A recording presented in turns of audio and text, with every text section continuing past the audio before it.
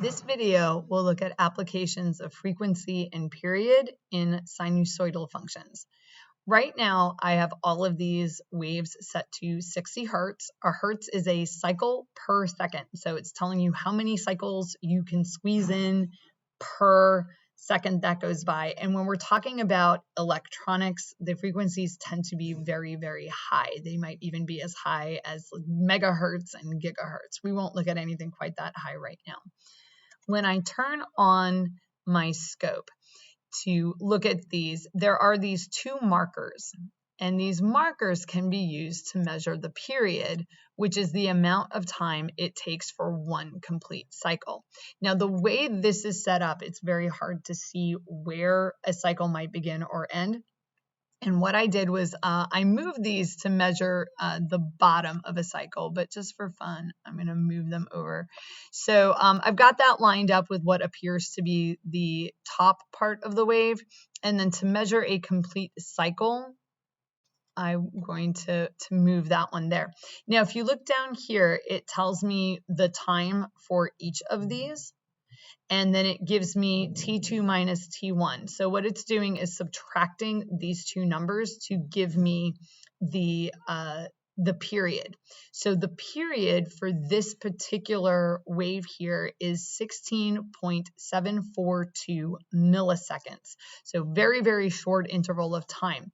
And again, that's one complete cycle. So in this case, we're measuring it from peak to peak. You might measure it from trough to trough, or from, say, an x-intercept to another x-intercept, whatever you think you could get the best measurement on. So that is the period. To calculate the frequency from the period, we would take the reciprocal. So I would do 1 over, and then I need to type in that time. So that was 16.742 times. Now this was milliseconds, so we have to use our scientific notation and what those prefixes mean, times 10 to the minus 3, and you can see that the frequency is calculated at 59.73, and this would be hertz. If I go back over here, it was set to 60 hertz, so that's a little bit of error from where I put those markers, but generally speaking is a good calculation. If I come in here and change the frequency, so let's say I change the frequency to 30 hertz, and then I run my simulation.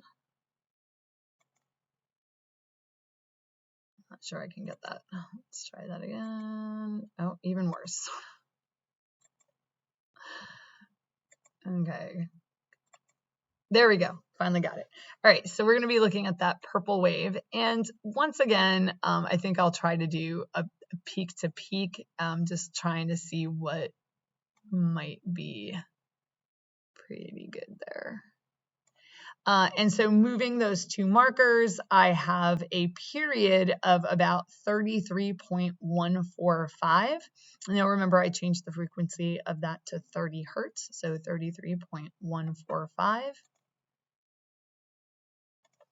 And we can keep all the rest of that in there, 33.145 milliseconds. And so the reciprocal of the period would give me the frequency, which in this case is being calculated to be 30.17 hertz. And of course, I had changed it to 30 hertz. So that is our application of frequency and period to alternating current.